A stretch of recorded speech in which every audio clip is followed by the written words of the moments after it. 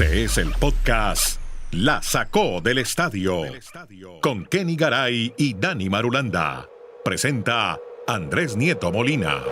Hola, ¿cómo están? Llegamos a un episodio más de La Sacó del Estadio, el podcast que le habla de todos los deportes, las poderosas ligas de los Estados Unidos, y justamente hablemos de Mundial y de Olímpicos. Empecemos con esa que está buena, los Olímpicos de Milano Cortina, que van a presentar un capítulo más en una final de hockey entre Estados Unidos y Canadá. Se repite otra vez, partido que habían hecho hace algún tiempo pero con hombres, ¿no? Esta es una final femenina, Kenny. Esta es final femenina. Y estamos haciendo este podcast hoy miércoles.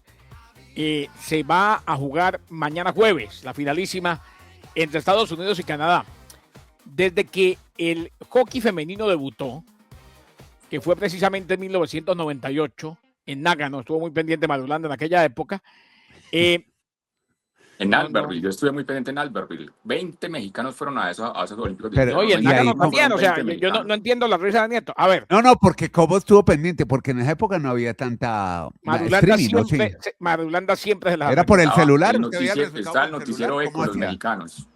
No, pero es en serio, Andrés. Fueron 20 mexicanos a Albertville, que fue en el 92, si mal no estoy. Claro. O sea, fue la cifra más alta en unos Olímpicos de invierno. Dígame dónde sacaron tanto competidor de donde no hay nieve en México. Bueno, ahora, ojo, en 1900, lo que pasa es que hay mucha gente que se entrena en los países nórdicos, y en Estados Unidos, pero en 1998 debutó el hockey femenino. Y desde esa ocasión entonces, esta es la séptima final entre Estados Unidos y Canadá.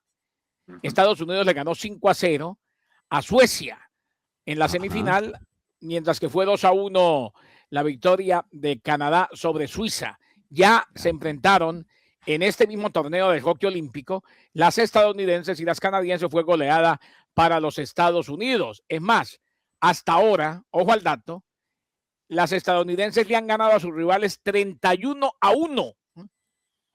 Uy, 31-1. Paliza total. Ojo, las canadienses están empeñadas en que esto no les vuelva a suceder, en no volver a ser goleadas tal y como ya se vieron goleadas 5-1, precisamente al principio de la jornada olímpica. En todo caso, es la final que uno siempre quiere ver, Estados Unidos y Canadá.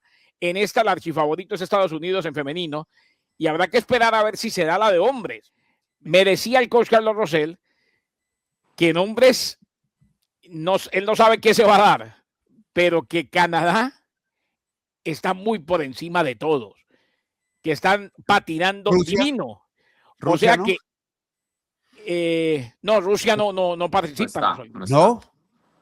No, porque es que no hay equipo unificado de hockey. No, por eso, no con la bandera de Rusia, sin bandera de Rusia. No hay sin bandera.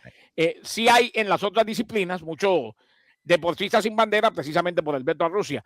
En todo caso, por ahora, favorito en mujeres, Estados Unidos ante Canadá, y estamos pendientes y les vamos a contar todo lo que pase en semifinales, finales del hockey de hombres. Mucha gente, sobre todo los amantes de la NHL, están muy pendientes porque en esta ocasión se dio algo que definitivamente le hace mucho bien al hockey.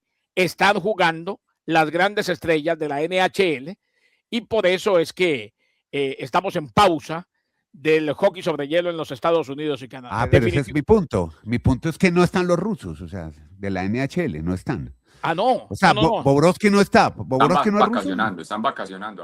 Lo cual lo hace, en medio de esos Juegos Olímpicos, una competición de los mejores del mundo, más allá de que Rusia por el veto no pudo estar. Este es el podcast La Sacó del Estadio.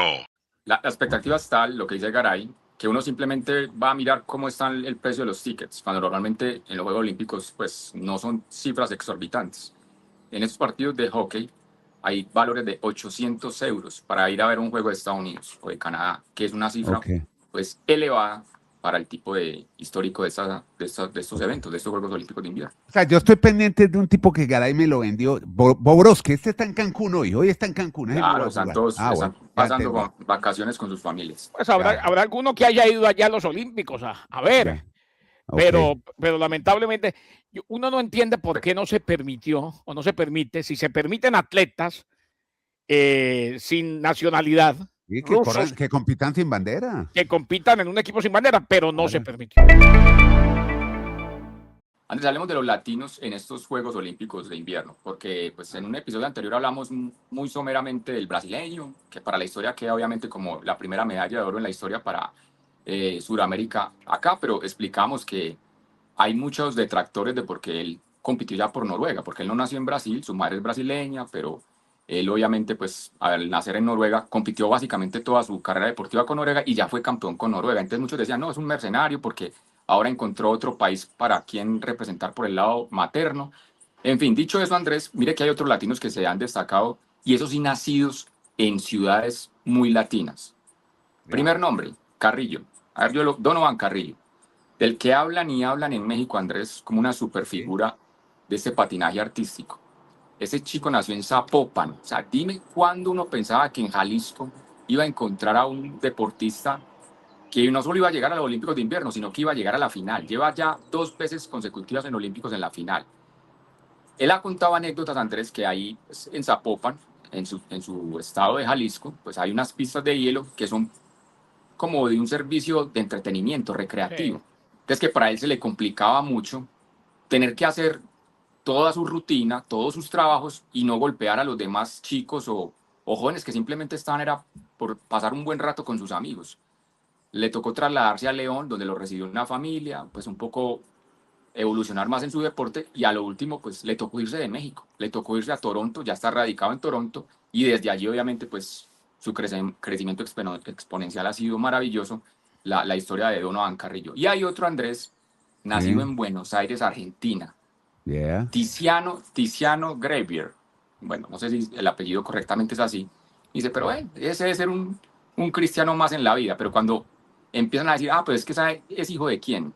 Ahí es donde empiezan todos los reflectores y todas las cámaras a seguirlo. Hijo de Valeria Massa, esa supermodelo argentina. No me que diga. Tuvo una época. Vio que yo sabía que me iba a preparar para este podcast y que usted se iba a emocionar. Muy bien. Con estas Yo sabía que notición, qué bueno. Es que yo que conozco a Valeria la conocí, tengo una foto con ella. Por aquí. Bueno, y hoy se lo puedes contar a Eva también.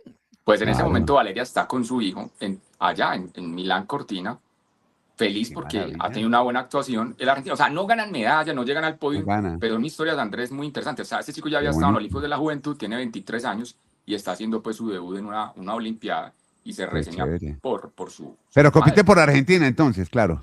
Sí, claro, nació en Buenos Aires, en Buenos Aires. Aquí estamos haciendo ese símil con el brasileño.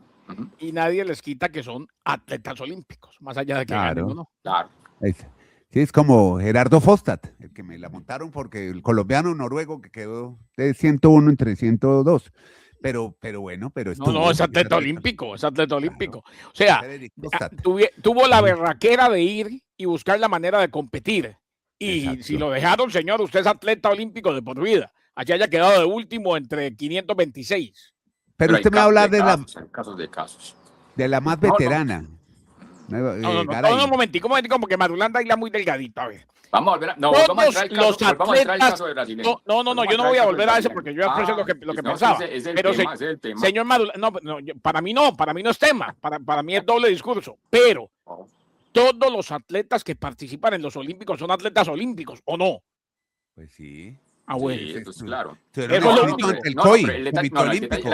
Tienen una escarapela de atleta olímpico. No, pero el argumento que yo quiero dejar hoy claro es porque un deportista compite por un país y después compite por otro. Bueno, el caso del brasileño. Eso no se lo va a quitar nadie. Siempre vamos a decir, la primera vez que un oro lo ganó un deportista de Sudamérica y para Brasil fue este atleta.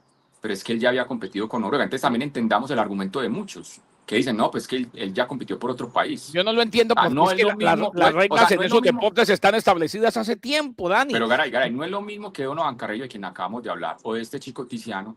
Si ellos ganan una medalla, nacieron en el país y solo han representado al país de nacimiento.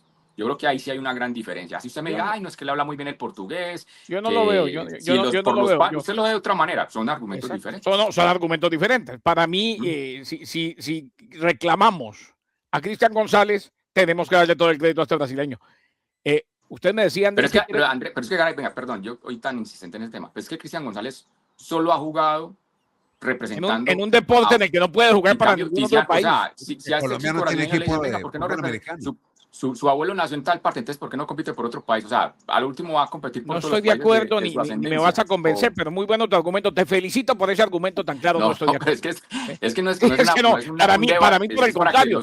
Para que los oyentes tengan un diferente prisma. Totalmente. Por eso ya te di el mío y tú me diste el tuyo y no estoy de acuerdo. Correcto. Pero usted me iba a hablar de un atleta que a los 41 años hizo podio olímpico. Antes de los Olímpicos todos estábamos pendientes de una dama de 41 años, ¿se acuerda? Sí, señor. Sí. De Lindsey Vonn. Claro. Sí, sí, la norteamericana, claro. Que terminó cayéndose y todo el mundo, no, que 41 años, que bueno, que al fin y al cabo su carrera fue buena, quizás no debía hacerlo, se pudo haber muerto en el accidente, gracias a Dios está bien y la están operando y estará mucho tiempo en recuperación. Pero había otra de 41 que también soñaba con lo mismo. Y esta se llevó el oro. Elana Meyers Taylor. A los 41 años, en una disciplina que es algo así como un trineo individual. Ya. O sea, exactamente. Ella es bobsledder, pero se la lleva en el monobob, así se llama, monobob. Madre de 2 hijos. Su carrera ha tenido muchas lesiones, conmociones, tuvo muchas dudas en los últimos años, pero finalmente es campeona olímpica, o sea, medalla de oro. Ganó en monobob en Milán Cortina.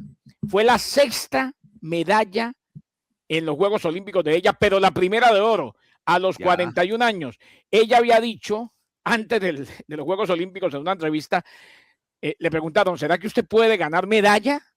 Y dijo, vea, yo vine a competir, vengo con muy buena actitud, mis hijos están aquí, pero por mi edad y la competencia no creo que sea posible. Ganar medalla. No fue posible ganar medalla solamente, fue posible llevarse la de oro. ¿Qué historia? Qué bueno. Esas historias a mí me parecen fascinantes. Esas son las atletas que a mí me parece que trascienden, que se vuelven íconos, modelos a seguir, porque es que no solo la parte deportiva. Garay, contemos rápidamente la vida personal. Ella tiene sus 2 niños que tienen una sordera, o sea, son niños sordos. Sorditos. Entonces, esos niños, ella decía, mire, era tanto nuestro sueño de tener un niño que de pronto no hicieron los controles en el tema del nacimiento y pues la hicieron con esa condición. Entonces, desde muy niños les tuvieron que hacer unas cirugías donde le implantan una especie de... Coclear, implante coclear. Exactamente. Se me ayuda con el término correcto, para poder tener una mejor manera de comunicarse. Entonces, esa es una historia que ella la ha marcado de por vida, obviamente, pero siempre, además de esa situación familiar, pues ha tenido el deporte, Andrés, como un ritual en su vida, porque el papá de ella jugó fútbol americano, estuvo en campos de entrenamiento con los Atlanta Falcons, pero nunca llegó a debutar en la NFL. O sea, llegó a jugar en pretemporada, pero nunca llegó a jugar en la NFL porque era un marín. Entonces, la época joven de él, pues no le daban el tiempo para estar tan dedicado al fútbol americano por su responsabilidad. Y en el momento que tenía más opción de jugar con los Falcons, en esa pretemporada, tuvo una fractura del dedo. Y ahí, pues prácticamente ya no pudo seguir a ese ritmo. No alcanzó a jugar un partido en la NFL, pero sí pretemporada. O sea que ella siempre tuvo, Andrés, el deporte. Además, es una mujer con ascendencia negra. Y ella también cuenta en esas historias, Andrés, que era discriminada porque no era un deporte visto como para los negros, digámoslo así literalmente. Y ella dice, mire, yo cuando jugaba softball en mi época juvenil, la potencia o el arranque, porque en la modalidad que ella hace ahora, es muy importante la manera en que ella hace como ese arranque, ese inicio, para poder tomar más velocidad que las demás atletas. Y ella agradece que a otras prácticas deportivas que hizo, y el hecho pues de su condición de ascendencia negra, pues le da esa ventaja con respecto. O sea que, Andrés, para mí es una historia maravillosa la de Elana Meyers, como nos acaba de reseñar Garay, por todo lo que rodea esa medalla de oro para ella. Podcast La Sacó del Estadio. ¿Dijo negro? ¿Negro? Sí. Shane Peter, pescador, 26 años, podría estar disfrutando del mar Caribe en Jamaica y no, se preparó para la prueba de Boss Lake en Jamaica. 6ª participación olímpica de los atletas negros jamaiquinos. Algo rarísimo, extraño, que inspiró una película que seguro todos vieron por ahí en el año 98, Cool Runnings. No, pero espectacular la película. Caray, pero a mí lo que más me llama la atención de la película fue cómo hicieron la traducción acá en nuestros platanales ¿Cómo fue? latinoamericanos. Jamaica bajo cero. Sí, bueno, ahí ¿Qué está. qué tiene que ver Jamaica bajo cero? ¿Cómo es que es el nombre porque original? eran unos atletas negros jamaiquinos que fueron a Pero temperatura. ¿cómo se llama el nombre original en inglés? Usted lo acaba de Cool mencionar. Runnings. Cool Cool Runnings. Runnings. Ah, bueno, Cool eso tiene Runnings. que ver algo con Jamaica bajo cero. El que no ha visto esa película, Sí, vaya a verla es muy porque entretenido. es una maravilla. La Sí. manera como en una montaña en Jamaica Sí. hicieron un trineo como pudieron y empezaron a entrenar con un estadounidense que había tenido inclusive problemas con el Comité Olímpico y creo que lo habían expulsado de por vida. Y estaba en Jamaica. Eso fue una maravilla. ¿Qué historias? Bueno, las de los Olímpicos de invierno. Lástima que todavía en nuestros países no tienen la relevancia que podrían tener, porque eso sí, en cuanto a paisajes, escenarios, deportes y demás, es maravilloso, maravilloso. mire, ya que yo les voy a recomendar una película de deportes que está en cartelera y suena para el Oscar. Se llama Marty Supreme. Es la vida de un apostador vividor interpretada por Timothée Chalamet, que tiene una condición, es gran jugador de tenis de mesa. Y estamos hablando de una película de los años 50 donde empieza a desarrollarse el deporte y él tiene que hacer unos juegos de exhibición en Japón, se alía con una marca, pero a su vez no tiene el patrocinio para ir a competir. Es una película bien bonita, se llama Marty Supreme, está en cartelera hoy en muchas salas. Marty Supreme, Timothée Chalamet, y hace de jugador de tenis de mesa. Unas escenas de jugando con un japonés. No, buenísima. Se la recomiendo. La sacó del estadio. Así como le recomiendo La gloria de Michael Jordan. Está destinado a ganar todo lo que lo pongan a jugar. Esta vez patrocina un equipo de automovilismo y volvió a ganar, Marulanda. Increíble lo de Michael Jordan. Sí, señor. ¿Y qué tan eufórico se vio Andrés el fin de semana? Michael Jordan, él decía, es que me siento como si estuviera ganando otra vez un anillo de la NBA. A ese nivel Andrés se sintió emocionado Michael Jordan, que es copropietario, o sea, es dueño de una escudería de la NASCAR, y el fin de semana se corrieron las 500 millas de Daytona, que para poner un ejemplo es como el Super Bowl de esta carrera, o sea, es la más importante que se hace cada año. Es la única liga del mundo que arranca con su competencia más importante. El Super Bowl de la NASCAR es para iniciar la temporada. Esos son los carros, Andrés, que decían en Colombia que por qué en Montoya se fue a unos carritos chocones. La NASCAR son los vehículos más automóviles que uno puede decir coloquialmente, pero que tiene, Andrés, un nicho, un mercado. Usted no se imagina lo que significa para el mundo estadounidense, los fanáticos a este tipo de carreras, lo que ellos hacen por ver todo ese tipo de competencias. Dicho eso, Andrés, entonces Reddick, que hace parte de esa escudería en la que, reitero, es copropietario Michael Jordan con Denny Hamlin, que fue un ganador varias veces de la NASCAR, pues ganaron esta competencia y Andrés fue en la última vuelta. O sea, de todos los giros, fue una carrera muy dramática porque hubo muchos abandonos, muchos estrellones, digámoslo coloquialmente, y en la última vuelta, este piloto Reddick logró llegar a cruzar la línea de meta primero, y la felicidad para el equipo de Michael Jordan entonces, que celebra por primera vez ganar las 500 millas ya iba a decir de Indianapolis, de Daytona. Y Andrés, ¿cómo invierten de bien todas estas superestrellas su riqueza? Acumulan cada vez más. Alguien lo tuvo que haber asesorado más y le dijo, vea, inviertan en la NASCAR, que ahí va a tener muchas más posibilidades. Y mire, Michael Jordan ganando más dinero. A él le encantó siempre la NASCAR. La escudería se llama, para los que quieren... 23XI, pero no sé cómo se dice todo eso. 23XI, en XI en números romanos. Y aquí entonces, lo hemos dicho varias... Es que 2311, es que no entiendes. El 23 en números decimales. Yo le diría 2311. Y el 11 en romano. Y el 11 en romano.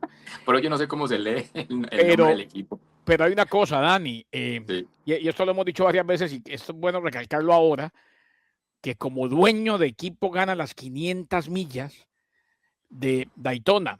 Hombre, claro. Andrés, no se nos olvide, esto es más que un deporte, más que automovilismo.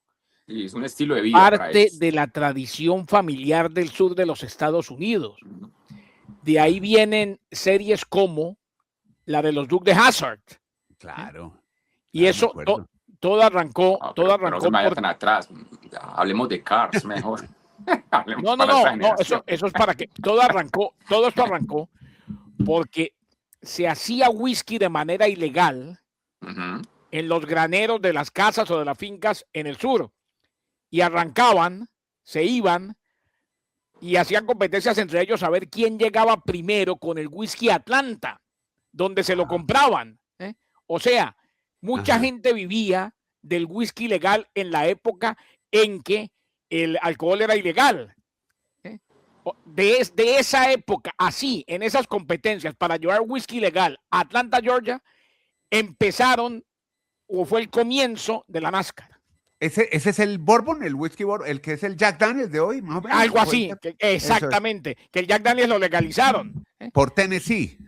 Exactamente, o sea, todo lo que es el corredor de la Biblia y el sur de los Estados Unidos, el Bible Belt que llaman acá, es amante de la NASCAR por familia, porque en algún momento fue el sustento de mi tatarabuelo. Claro. Y él quizás no quería tanto ser conductor de NASCAR, pero tenía que ganar la carrera para llegar primero y que le compraran el whisky. Claro. Podcast La Sacó del Estadio. Con los Yankees los Mets Soto, a correr que otra vez lo sacamos al estadio. Bueno, y cerremos con un tema de mucha actualidad y además muy polémico. Muy polémico.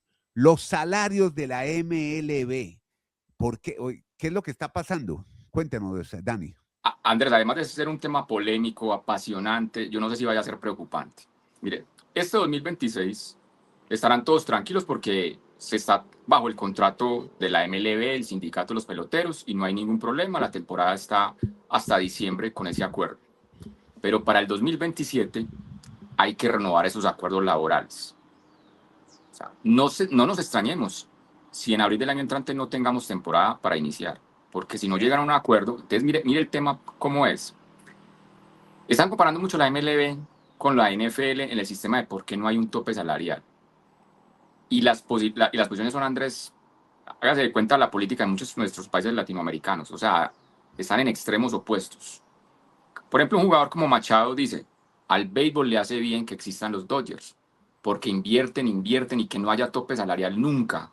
Mientras que hay otras organizaciones que dicen, no, señores, esto no puede seguir así.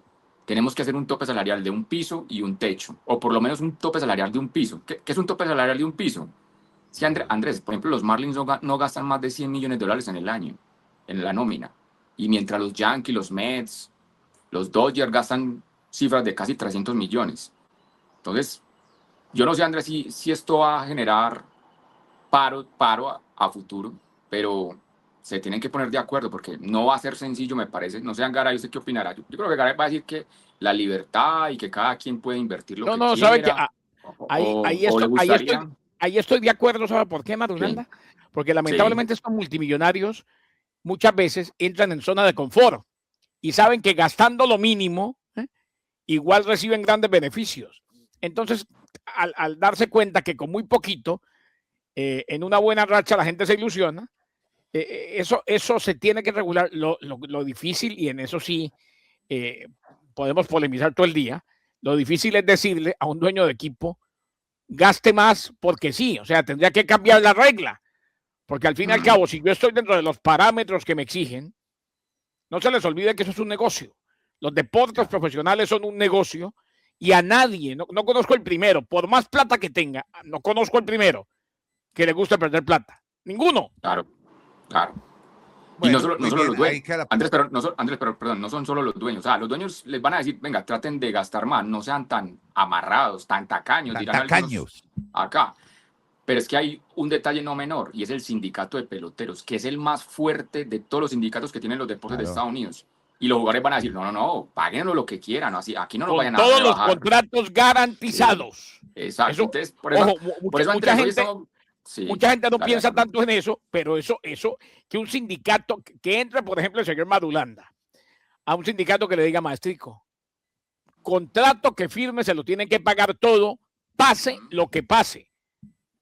No muchos sindicatos en el mundo tienen esa ventaja para los empleados. Andrés, la muchachos, es que este año va a ser un análisis muy, muy conciso de qué va a pasar. O sea, es que es un detalle que pronto no se ha dimensionado en los grandes medios. Sí, pero si no le hemos dado la trascendencia que aquí prendemos las alarmas. ¿Usted se acuerdan cuando fue la temporada del 94?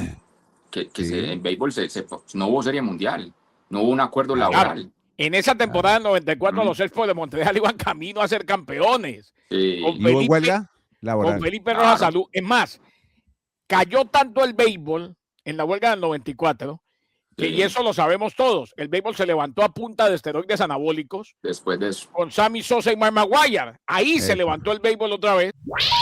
Please hang up and try again. Muchachos, muchas gracias a todos por acompañarnos en esto que se llama ¿Cómo, Garay? ¡La sacó! La sacó. La sacó del estadio. Vamos ya. Podcast La Sacó del Estadio.